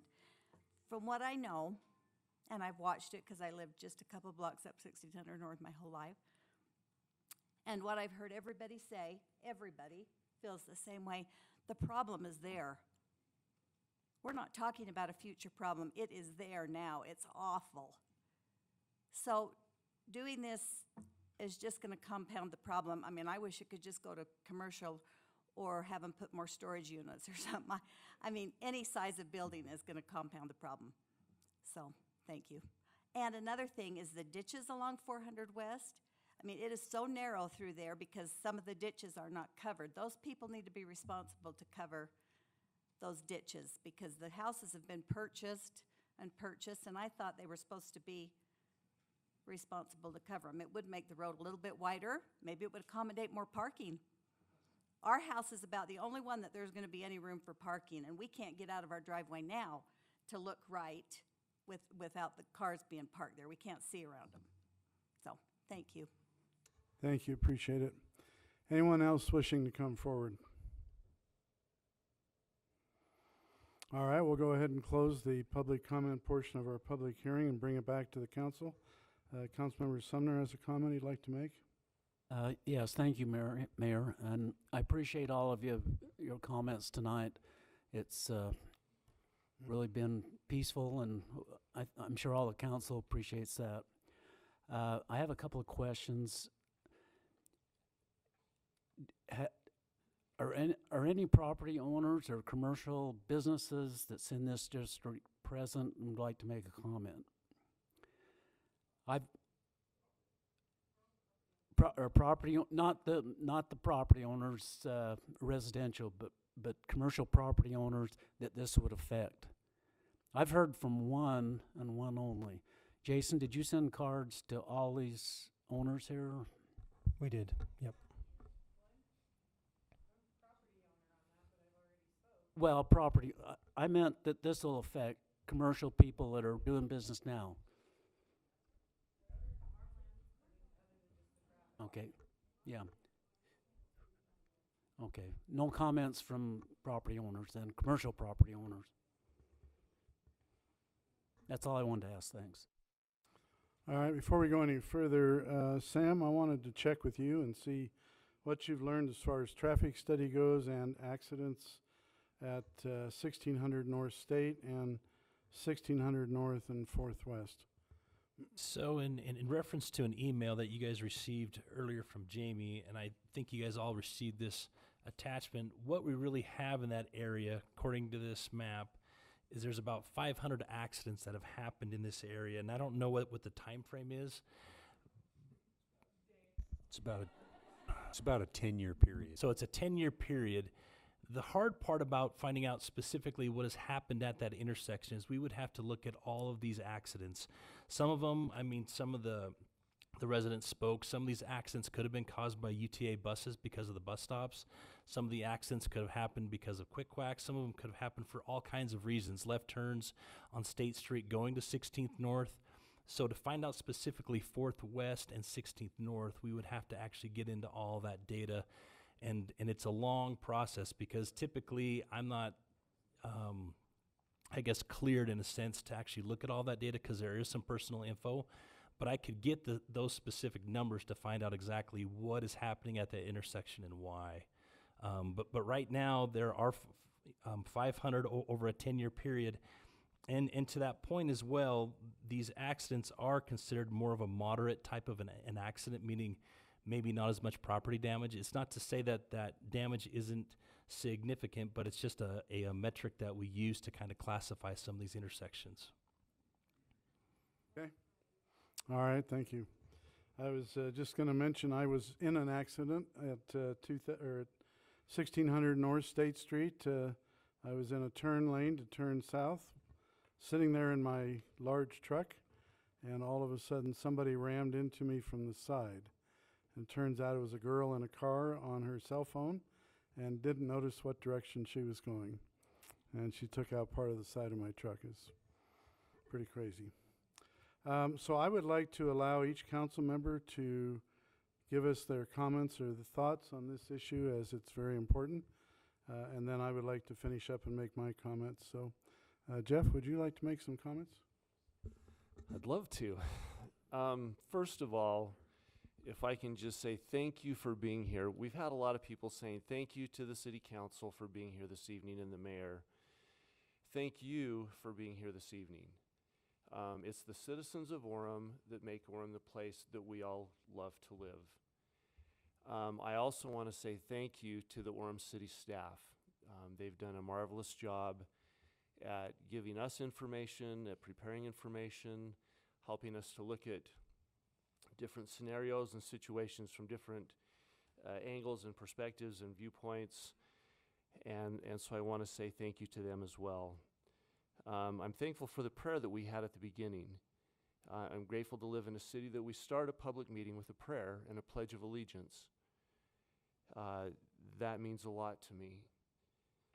I remember as a boy, I grew up here in Orem, and I'll never forget the day that I came home from school. I grew up on a dead-end street. Our house was the last house, and then there were acres and acres and acres of orchards. And I'll never forget the day that I came home from school and there were bulldozers parked at the end of our street. And I had no idea what that meant. I thought it was cool that there were bulldozers, but it wasn't long until our acres and acres of orchards were gone. I understand the pain that comes from change. Orem is growing, Utah County is growing, Utah State is growing, but I honestly believe that our responsibility is to make sure that we monitor that growth, that it's done responsibly, and I believe that this particular area, this North Village District, as was stated in the State Street Master Plan, should be smaller scale. And I think that keeping it a smaller scale development is the responsible thing to do. I feel like it's a good compromise between the citizens that we've heard from. And again, thank you for all of your comments, your emails, your phone calls, your text messages, and for all of the meetings that we've been able to attend together. I'm starting to know some of you on a first name basis, so that's a good thing. And Mrs. Christensen, you're not a pain. Thank you for voicing your opinion. Anyway, I know that the mayor commented earlier about the state legislature forcing these things on us, and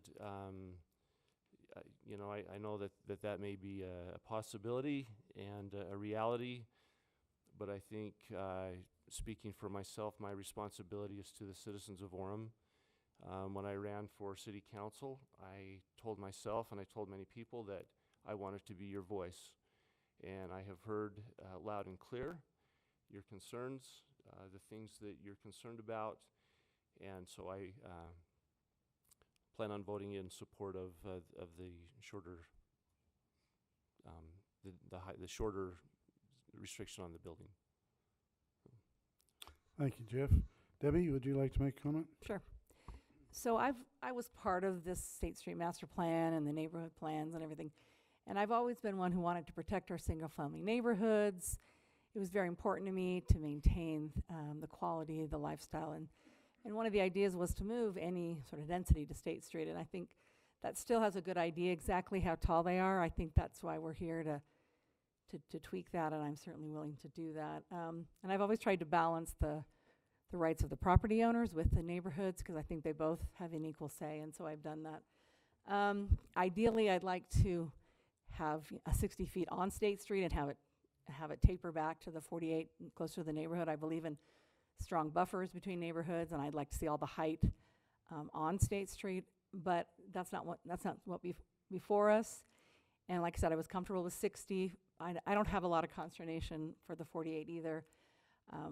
And so for me, I do feel like I need to represent you. This is my old neighborhood, as many of you have known, and so I'm going to be voting in favor. Thank you, Brent. Would you like to make a comment? Thanks, Mayor. Like Jeff stated, change is difficult for all of us. I was a couple of years ago sitting where you are, only I was on the council, with the UVU 1,600 bed project.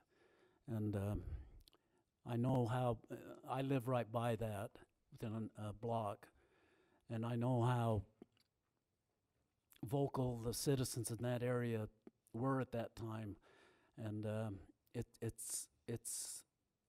it's affected that area quite a bit, and I do have compassion for you, but at the same time I've got somewhat feelings for the property owners and their property rights.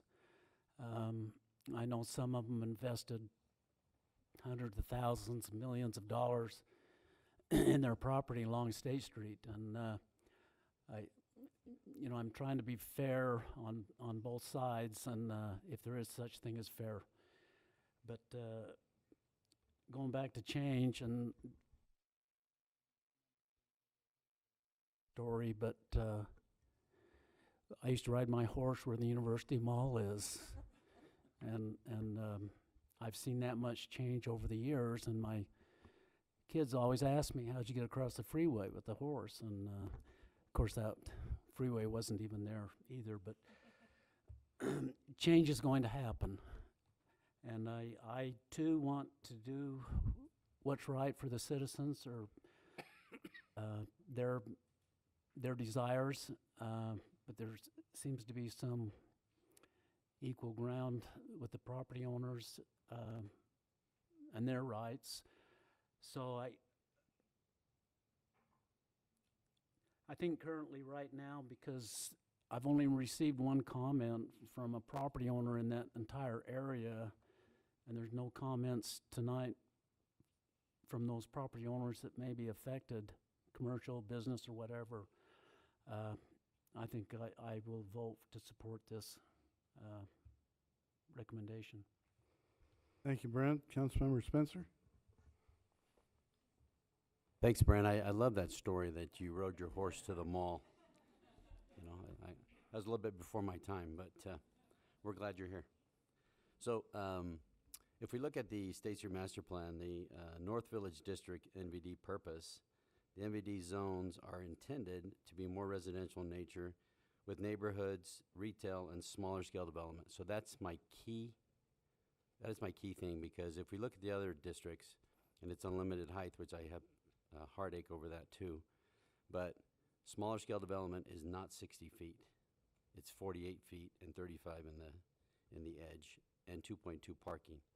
So I'm definitely voting for the height restriction and the parking. Thank you. Councilor McDonald?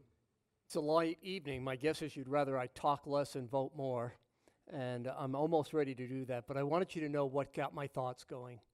I knew this was a hot issue, and I have a lot of friends in that area, and I knew it was a hot issue to them. But before I could get 100% behind it, I wanted to make sure I was for it, not politically forced to be for it.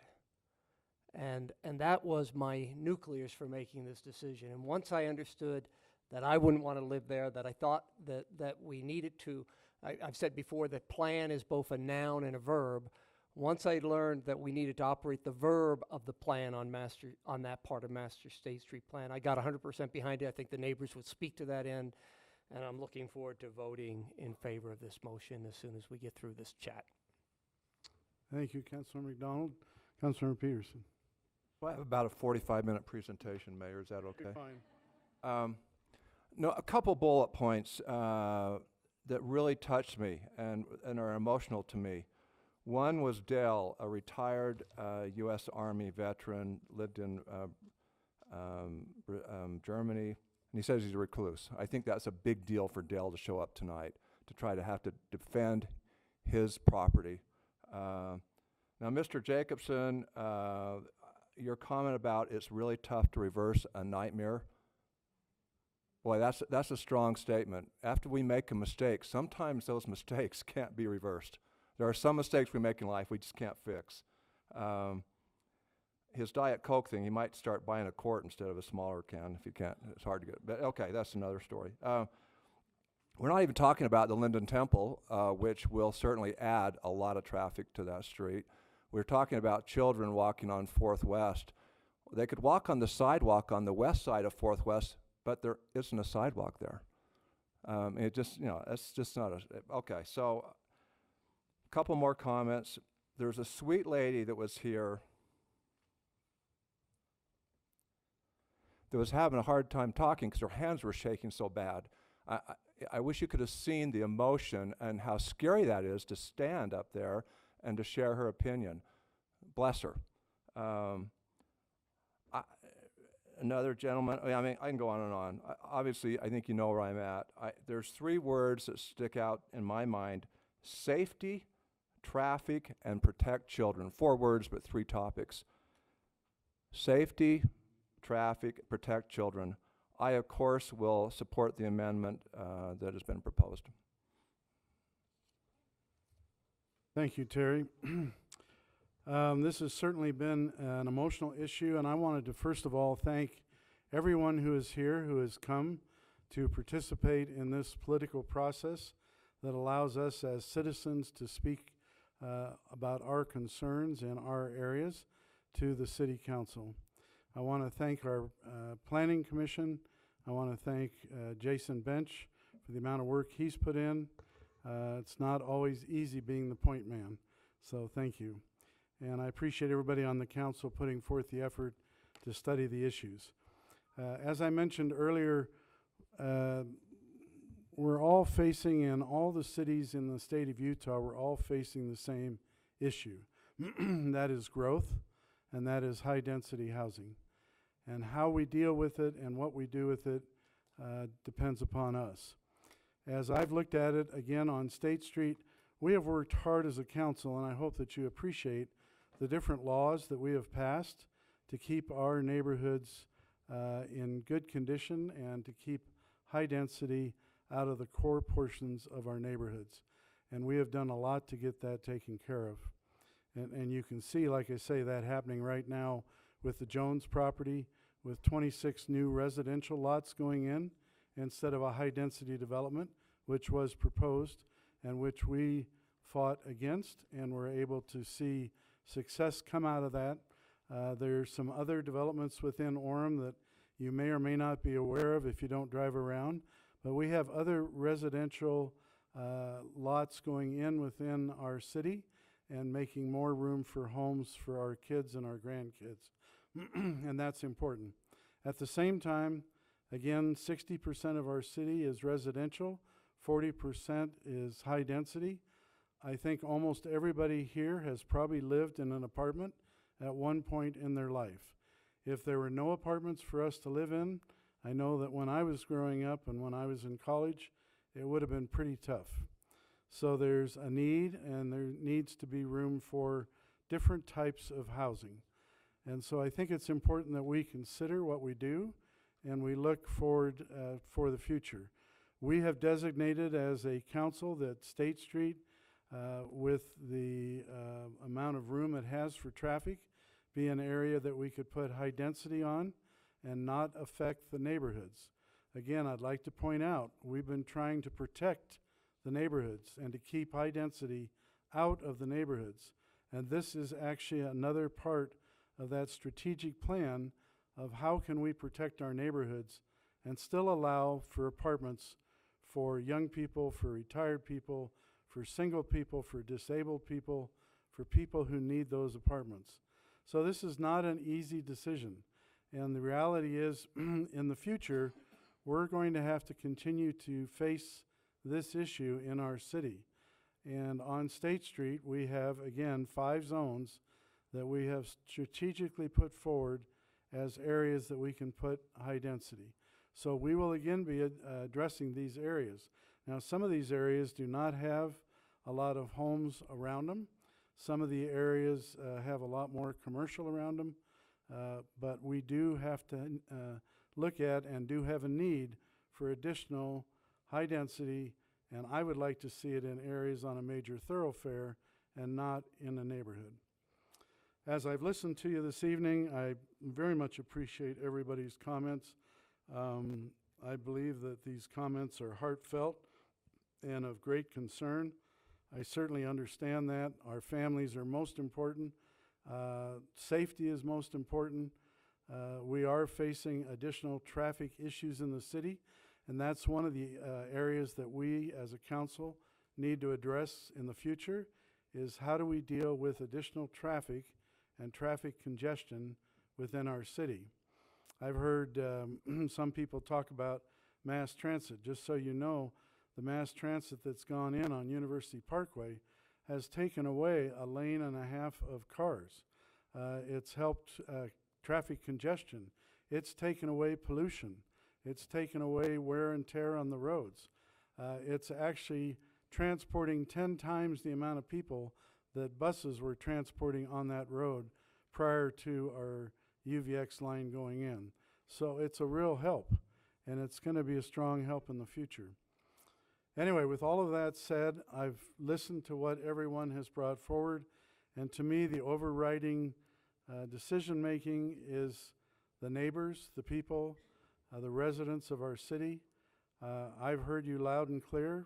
I think I've made my particular desire known that I would rather see a 60-foot high core, and I'd rather see development be able to go in there for high density and for mixed use.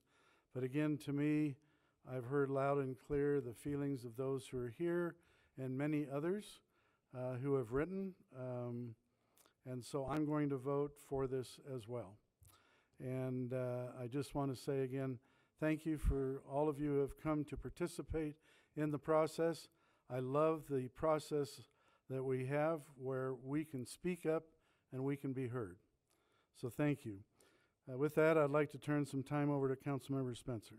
So Mayor, I'd like to make a motion that the City Council by ordinance amending portions of Section 22-24-5F of the City of Orem Code pertaining to the overall height standards within the North Village District NVD zones and portions of Section 22-24-5H pertaining to parking standards in the North Village zones NVD zones, that it's 48 foot in the core zone, 35 foot in the edge zone, 2.25 parking, and 4 per 1,000 commercial parking. Is there a second? Second. Okay. Mayor, before you vote on that, the 4 per 1,000 on the commercial is not before you. I don't think you can go there. You can Okay. do all the rest of it, but doing that, I think it's not been noticed. It's not part of the application. But isn't it, it's a parking.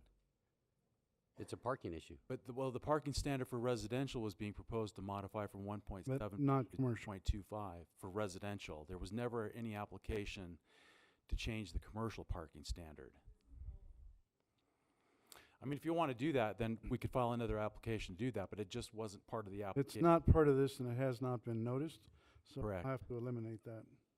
Okay, so then we'll put in another application. Okay. All right, so pull that out of his motion. And we've got a, we have a second? I seconded. Yeah, I just didn't know with the Oh. addendum. Okay, I'll second with that taken out since it Okay. can't be in there, so. All right, we'll start with Councilmember Lamson. Aye. Aye. Aye. Aye. Aye. Aye. Aye. Okay, the ordinance passes. We appreciate everyone being So, here. Mayor, can I ask a question? Sure. So on the 4 per 1,000, can we ask the city to file an application on that now? We could do that?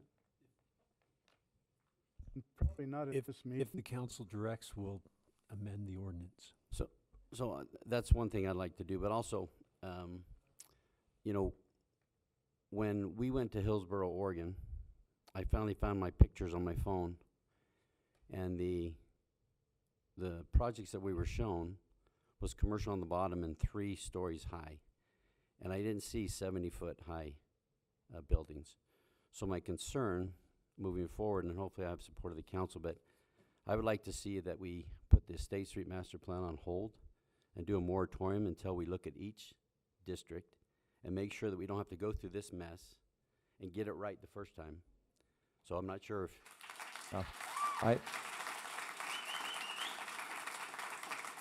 Yeah. So you can make an application and we can work on that, but not in this meeting at this. But can they start an application then? They can start an application. So we're gonna do an application on 4 for 1,000 in North Village and then look at the different districts with the height, parking, Just, and just so you're aware and setbacks. that we have commercial and high-density residential developers who already have purchased ground. I understand. and I understand that. and But have the bottom already- line is have already we did it made- right in the North Village district, so let's make sure we have it right in the other districts. Right, but they're already own the property and they're already planning on making application with the way that zone is listed. And the other point of that, Mayor, is there's also residents in the city that have bought their homes. So that's Sure. right off. I mean, So- I'm not saying we're not scrapping this thing. I want to look at each zone like we did, or district, and say, you know what, does it make sense? I'm concerned on 800 North that it goes and encompasses Vasa, which I don't want a 70-foot high-density housing there next to where Vasa was. So They can't build it. I think, I think we just need to look at it and make sure that we are checking, we're crossing our T's and dotting our I's, because I don't want to do this again. You know, this has been a lot of 9 months of this, and I know, you know, the station master plan was passed, but I think we need to make sure that we are going back now, because things always change and we can tweak things, but I think we need to look at each district and move forward that way. So Jeff and I weren't even involved with going and seeing the city in Oregon. So, I mean, but we were involved in hearing a lot of citizen input. We'll send you up there. So can we start that process on the 4 per 1,000 and on the commercial, and then We look can at make these- the application, we can look Okay. at that for the future. Okay. Is there a move to adjourn? It's the motion. Okay. Is there a second? Second. Okay, all in favor, say aye. Aye. We are adjourned. Thank you.